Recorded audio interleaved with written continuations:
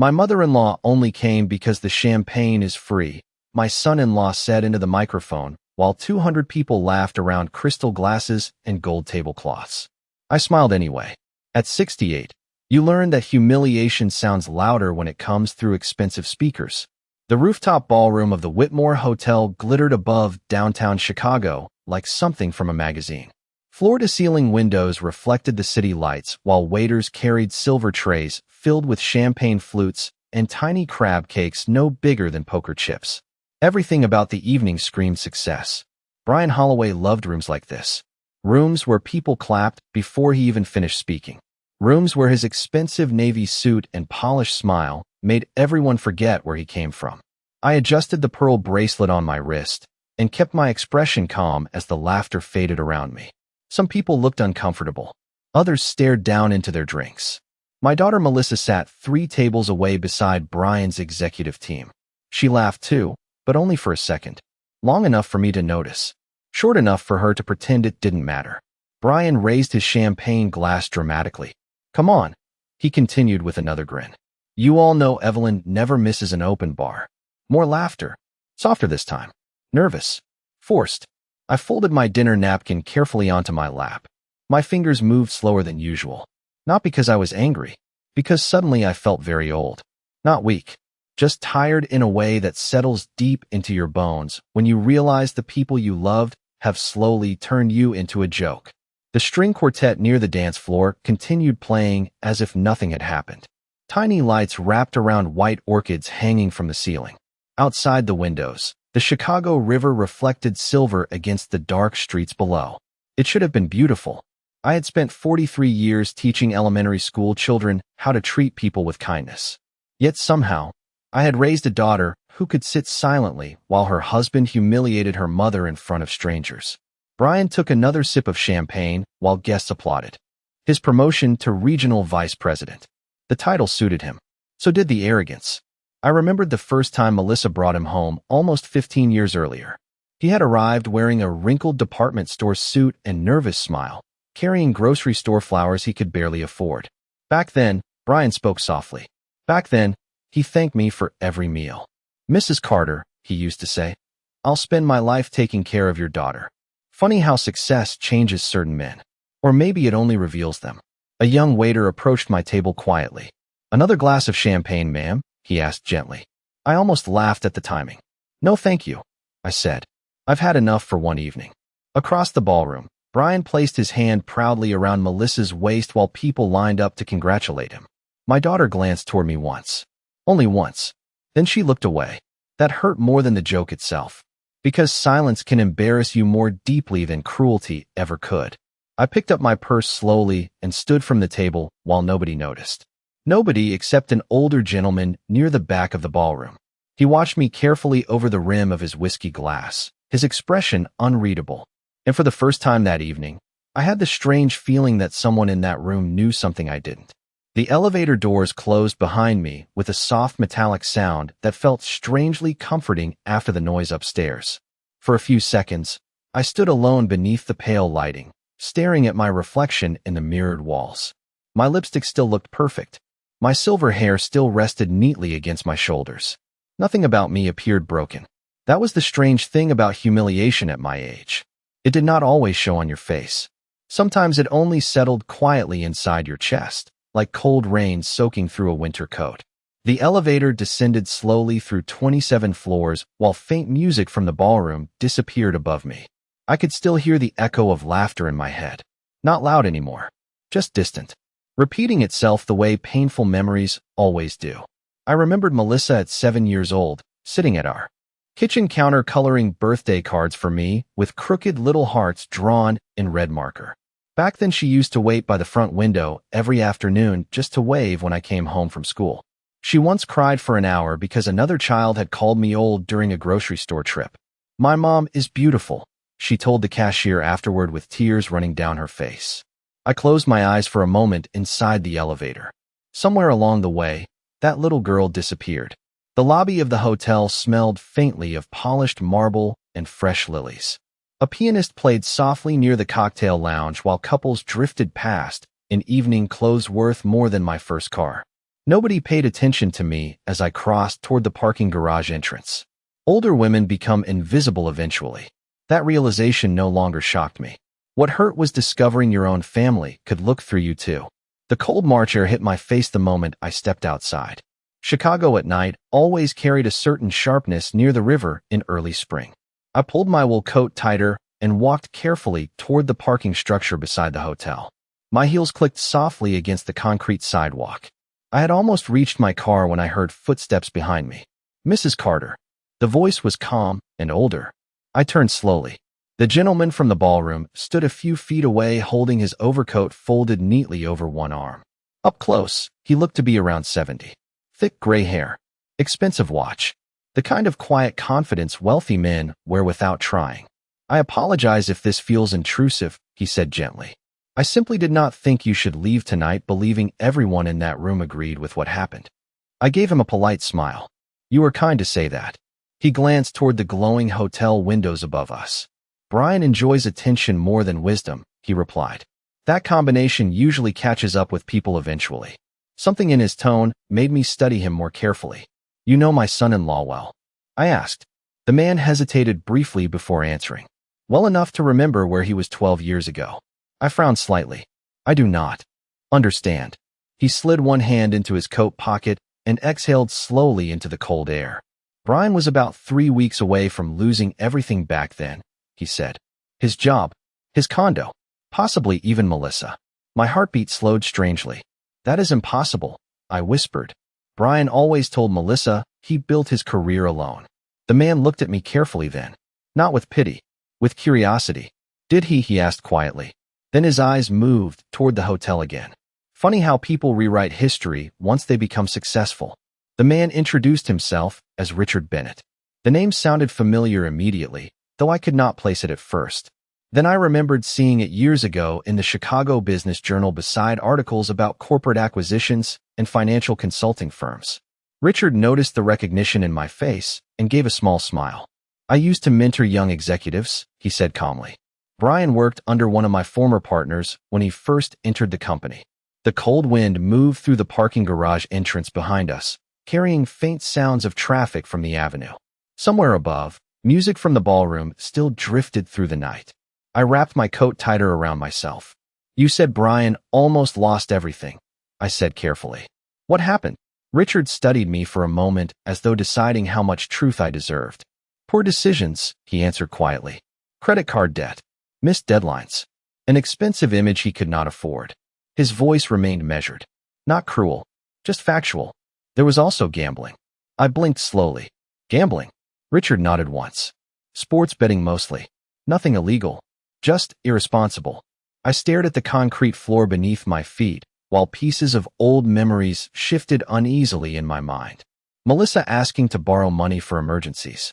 Brian suddenly changing jobs twice within 1 year. The refinance paperwork on their condo that appeared shortly after their honeymoon. Back then, I believed young couples simply struggled sometimes. I never asked too many questions because I did not want my daughter to feel ashamed. Richard reached into his inside coat pocket and removed a folded business card. You should know something else, he said. The reason Brian kept his position was because someone paid off a private financial issue quietly before it reached the company. My throat tightened slightly. Who? Richard tilted his head gently. I assumed it was you. For several seconds I said nothing. The parking garage lights buzzed faintly overhead. A black sedan rolled slowly past behind us before disappearing down the exit ramp. I tried remembering checks I had written over the years. Small amounts at first. $5,000 after Melissa lost her teaching job during budget cuts. $8,000 when Brian claimed their plumbing failed and insurance would not cover the repairs. Then larger amounts later. College tuition for Sophie. Vacation deposits they promised to repay. It was temporary help, Melissa always said. We will pay you back once Brian gets promoted. I never kept track. Mothers rarely do. Richard watched the realization settle across my face. You did not know, he said softly. It was not a question. I shook my head slowly. No, I whispered. I did not. He slipped the business card into my hand. I am telling you this because successful people often become careless when they believe someone else will always protect them from consequences. His eyes moved toward the hotel again. Tonight was not confidence, Mrs. Carter. It was arrogance. I looked down at the card in my hand. Bennett Financial Advisory Group. Gold lettering. Heavy paper stock. Expensive. Why are you telling me any of this? I finally asked. Richard smiled sadly then. Because 20 years ago, he said quietly, my own son embarrassed his mother publicly at a Christmas party. I stayed silent. It destroyed my marriage within 3 years. The honesty in his voice caught me off guard. Silence spreads in families, he continued. If nobody interrupts it, disrespect becomes tradition. For the first time all evening, I felt something inside me change. Not anger, not revenge, something colder. Clarity. And suddenly Brian's joke upstairs no longer sounded spontaneous at all. I drove home through downtown Chicago with the radio turned off. The city lights blurred softly across my windshield while Richard's words repeated themselves in my mind, like slow thunder rolling across distant hills. Successful people become careless when they believe someone else will always protect them from consequences. I had spent most of my life protecting people. First my husband during the years his hardware store struggled. Then Melissa after her father died from heart failure 9 winters ago. Then Brian too, though I had never fully realized how much until tonight. My house sat on a quiet tree-lined street in Evanston about 30 minutes north of the city. It was the same brick colonial home where Melissa grew up learning piano in the living room and baking cinnamon cookies beside me every Christmas Eve. The porch lights still glowed warmly when I pulled into the driveway a little after 11. I stepped inside and immediately noticed the silence. Not lonely silence. Honest silence. The kind that does not pretend to love you while quietly resenting your existence. I hung my coat carefully beside the front door and walked into the kitchen. The clock above the stove ticked softly while moonlight spilled across the hardwood floor. I poured myself a glass of water and stood there for a long moment staring at the family photographs lining the counter. Melissa at 16 wearing braces and holding her first debate trophy. Sophie as a toddler covered in birthday cake frosting. Brian smiling proudly beside a leased BMW he definitely could not afford back then. My eyes rested on that photograph longer than the others. Suddenly, I remembered the exact week it was taken. Melissa had called me crying because they were behind on mortgage payments. Brian insisted they needed a nicer car to fit the executive image at work. I had transferred $12,000 into their account 2 days later. Just until the bonus comes through, Brian promised me over coffee at my dining room table. The bonus never came. At least not to me. I opened the hallway closet slowly and pulled down an old storage box labeled financial records. Dust clung lightly to the corners. I carried it to the dining room table and sat beneath the soft yellow chandelier my husband installed almost 30 years ago. One by one, I opened folders filled with check copies, bank statements, handwritten notes, and greeting cards. The deeper I searched, the quieter the house seemed to become around me. $5,000 for overdue taxes. $7,000 after Brian switched companies unexpectedly. $3,000 for Sophie's orthodontist bill. $15,000 for temporary legal complications Brian never explained clearly. The amounts blurred together after a while. Years of helping. Years of believing gratitude still existed somewhere underneath the excuses. Around midnight, I found a folded thank you card tucked between old statements. Melissa's handwriting covered the front in blue ink. Mom, we will never forget what you are doing for us. Brian says you saved our lives. I stared at those words until my vision softened. Saved our lives. Funny how people speak when they need something. Funnier still how quickly memory disappears once comfort arrives. I leaned back slowly in my chair and looked around the empty dining room.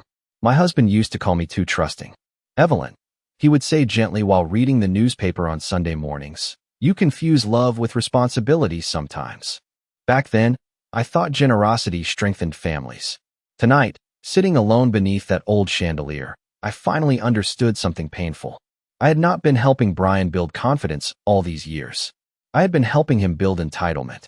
The next morning arrived gray and cold, with rain tapping softly against the kitchen windows before sunrise. I barely slept. Every time I closed my eyes, I heard laughter echoing across crystal glasses again.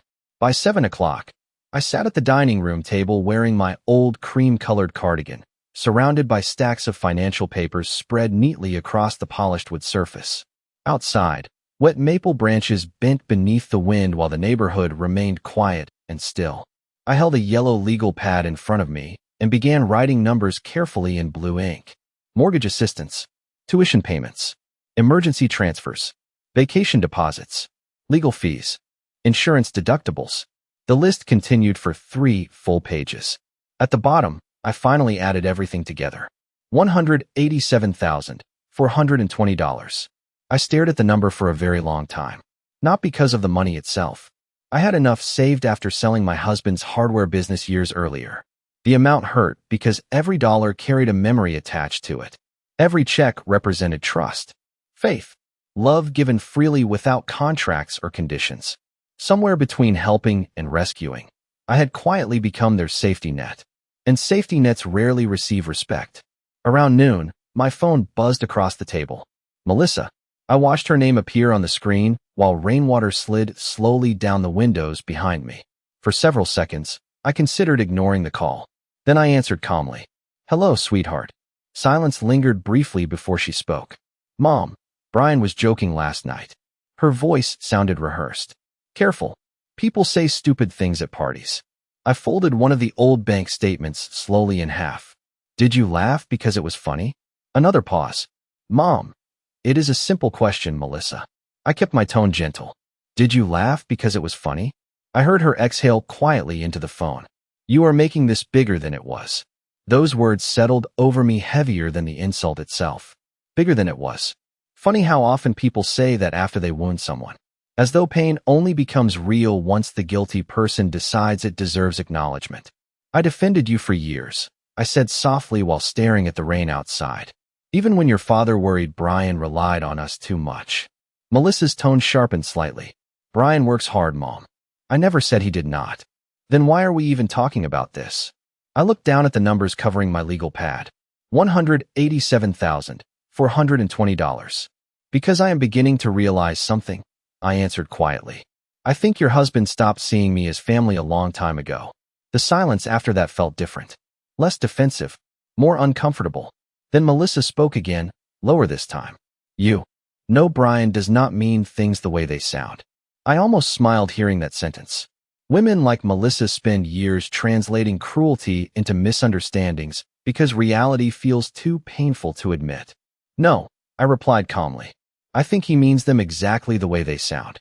She did not answer immediately. In the distance, I could hear dishes clinking softly through her phone speaker. Their expensive kitchen. Their oversized marble island partially paid for by my retirement account. Finally, Melissa spoke again, quieter than before.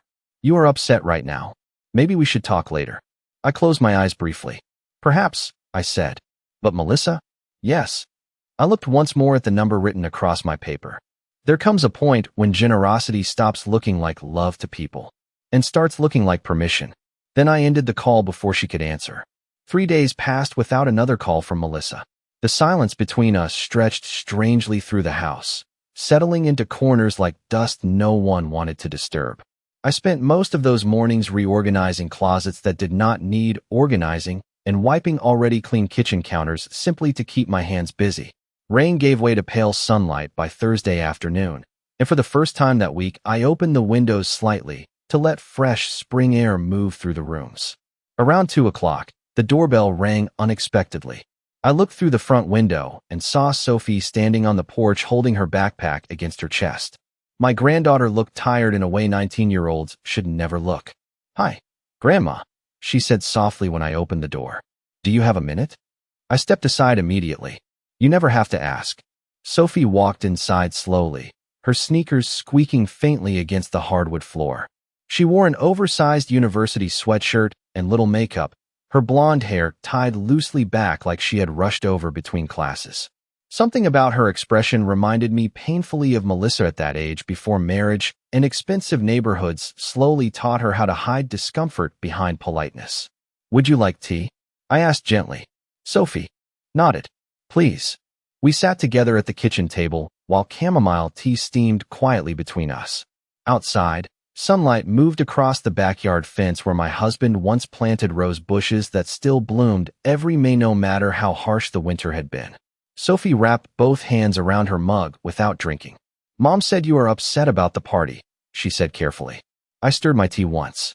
I imagine that is one way to describe it. Sophie lowered her eyes. Grandma, I need to tell you something. Her voice trembled slightly. That alone told me whatever came next would hurt. Young people only shake when honesty becomes heavier than fear. She reached slowly into her backpack and pulled out her phone. I probably should have done this a long time ago, she whispered. My chest tightened before she even turned the screen toward me. Family group messages filled the display. Dozens of them. Some recent. Some months old. I adjusted my glasses slowly while Sophie remained silent beside me. Brian had sent a photograph of me asleep in a chair during Thanksgiving dinner last year. Caption: Careful. If she stays longer than 3 hours, we have to reboot her. Several laughing responses followed beneath it. Another message showed a picture of my old Buick parked outside their house. Brian wrote, "The bank of Evelyn has arrived." Melissa reacted with a laughing emoji. I stared at the screen quietly while the tea cooled untouched beside my hands. There were more. Comments about my clothes, my age, my retirement money. One message from Brian stopped me entirely. Old people always think helping financially means they deserve respect. Sophie reached over quickly and locked the phone screen. I am sorry, she whispered, tears filling her eyes now. I should have told you sooner. I leaned back slowly in my chair. Oddly enough, I did not feel shocked anymore. Only tired. Deeply tired. Like someone finally turned on the lights in a room I had spent years pretending was not dark. Does your mother know you showed me this? I asked quietly. Sophie shook her head immediately. No. She would be furious. I looked toward the backyard window where sunlight touched the rose bushes softly. Your grandfather used to say character reveals itself most clearly when people believe there will never be consequences. Sophie wiped her eyes. Grandma, are you going to forgive them? I folded my hands carefully in my lap before answering. Forgiveness and access are not the same thing anymore, sweetheart. The following Monday morning, I met with my attorney for the first time in nearly 6 years. Harold Green had handled my estate paperwork ever since my husband passed away, and his office still smelled exactly the same as I remembered. Leather chairs, old coffee, cedarwood shelves lined with thick legal books nobody seemed to touch anymore. Outside his window, downtown Evanston moved quietly beneath a pale blue sky, while commuters carried paper cups and briefcases through chilly spring air. Harold adjusted his reading glasses as I placed several folders carefully across his desk. You brought enough paperwork to refinance a hotel, he joked gently. I smiled faintly. I am beginning to realize I financed more than I intended already. His expression shifted after that. More serious. More attentive. I handed him the printed screenshots Sophie sent me along with copies of financial transfers dating back over a decade. Harold read quietly for several minutes while the ticking clock on the wall filled the silence between us. Every now and then, he glanced up at me with the kind of professional concern lawyers develop after watching families destroy themselves over money and pride for too many years. Finally, he removed his glasses slowly. Evelyn, he said carefully, what exactly would you like to do? I looked down at my hands resting calmly in my lap. The wedding ring I still wore caught the afternoon sunlight softly. I do not want revenge, I answered truthfully. I want clarity. Harold nodded once. Those are usually the same thing after betrayal. I almost laughed at that. Instead, I reached for the estate documents he had prepared years earlier. Melissa remained primary beneficiary after my death. Sophie would inherit the house eventually. There was also a separate educational trust fund I continued contributing toward for Sophie's graduate school plans.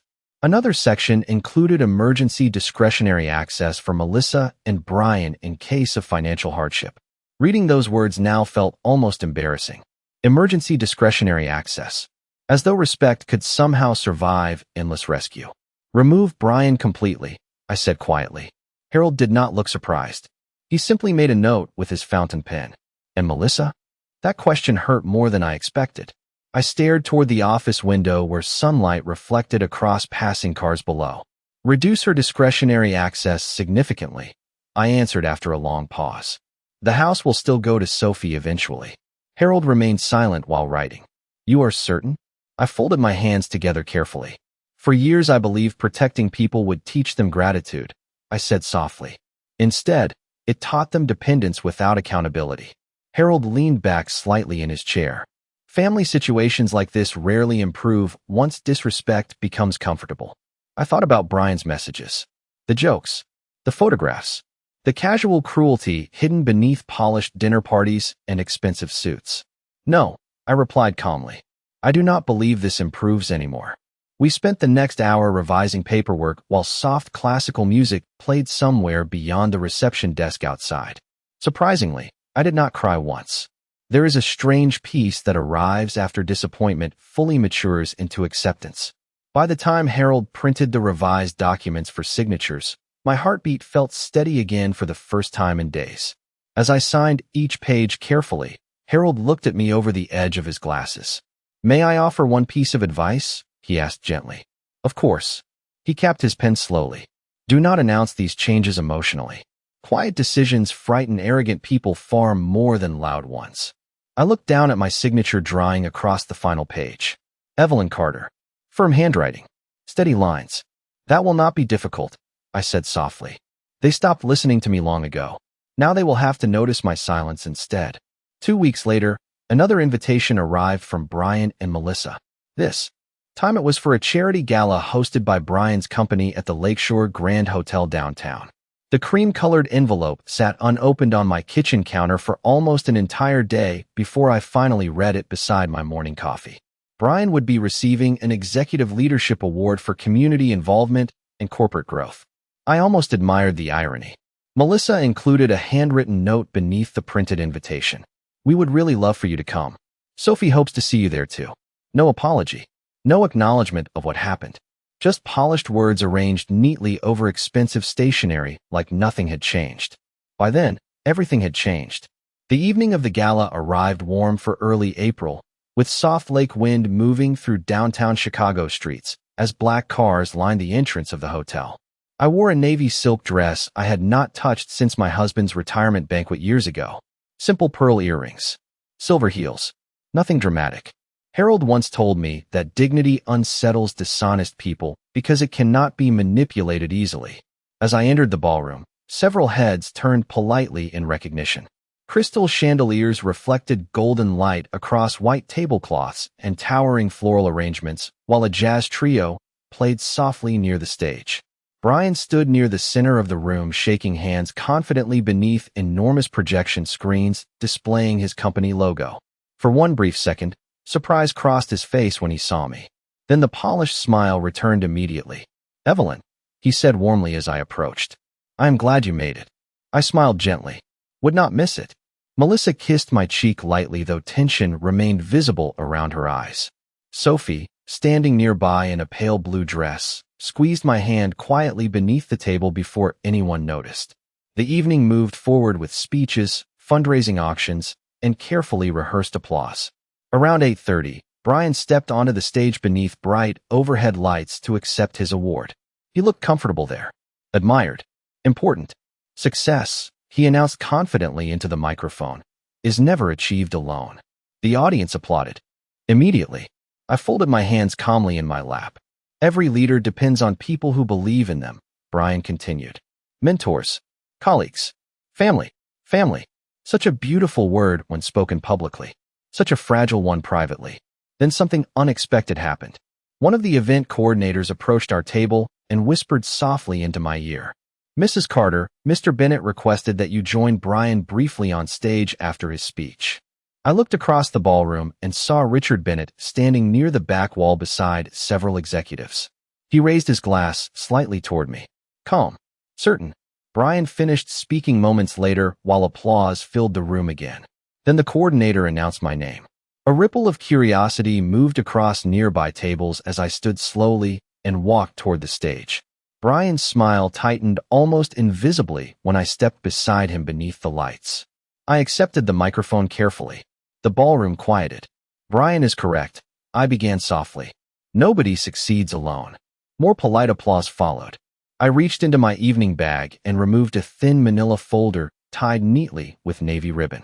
"In fact," I continued calmly, "I brought a few reminders tonight of just how much support can shape a person's future." Brian's face changed instantly. Not dramatically, just enough for me to recognize fear for the first time. I untied the ribbon slowly while hundreds of guests watched in silence. Copies of old bank transfers rested inside beside printed emails and handwritten notes. One document sat directly on top. Thank you for saving us, Evelyn. I do not know where we would be without your help. Signed by Brian Holloway 13 years earlier. Suddenly the ballroom no longer felt warm at all. The silence inside the ballroom felt heavier than any shouting ever could. Hundreds of people sat frozen beneath the chandeliers while Brian stared at the papers in my hands like a man suddenly seeing his reflection clearly for the first time. I did not raise my voice. I did not need to. Truth rarely requires volume once the room understands it has been hidden. I lifted the top document carefully beneath the stage lights. This, I said, calmly, is the transfer that covered Brian and Melissa's mortgage payments in March of 2013. A few guests shifted uncomfortably in their chairs.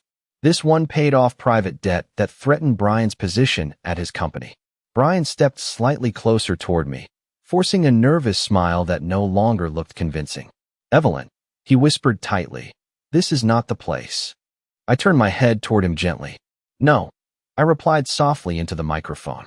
The place was 2 weeks ago when you decided public humiliation was entertainment. A quiet murmur moved through the ballroom after that. Melissa remained seated near the front table, completely pale now, one trembling hand covering her mouth. Sophie looked down into her lap silently. I placed the documents back inside the folder carefully before continuing. For many years, I said, I believed helping family meant giving without keeping score. I believed love required patience, understanding, grace. My eyes moved slowly across the audience. Executives, spouses, donors, strangers holding half-finished champagne glasses. But eventually, I continued quietly, you learn something painful. When kindness continues without boundaries, some people stop seeing it as generosity. I looked directly at Brian then. They begin seeing it as weakness. Nobody applauded. Nobody moved. Even the jazz trio near the back corner sat completely still beneath the dim lights. Brian's confident posture had disappeared entirely now. He looked smaller somehow, less polished, like the younger man Richard Bennett described months earlier before expensive suits and promotions helped him forget who carried him through failure. I closed the folder gently and handed the microphone back toward the event coordinator waiting nearby. I am not here tonight to embarrass anyone, I said softly. I simply wanted clarity restored publicly the same way disrespect was delivered publicly. Then I turned slightly toward Brian one final time. You once thanked me for saving your family, I told him calmly. The tragedy is not that you forgot. It is that you taught my daughter to forget too. Melissa began crying quietly after that. Not dramatic tears, just silent ones sliding down carefully applied makeup while guests around her avoided eye contact. Brian opened his mouth as though searching desperately for the right explanation, but none arrived.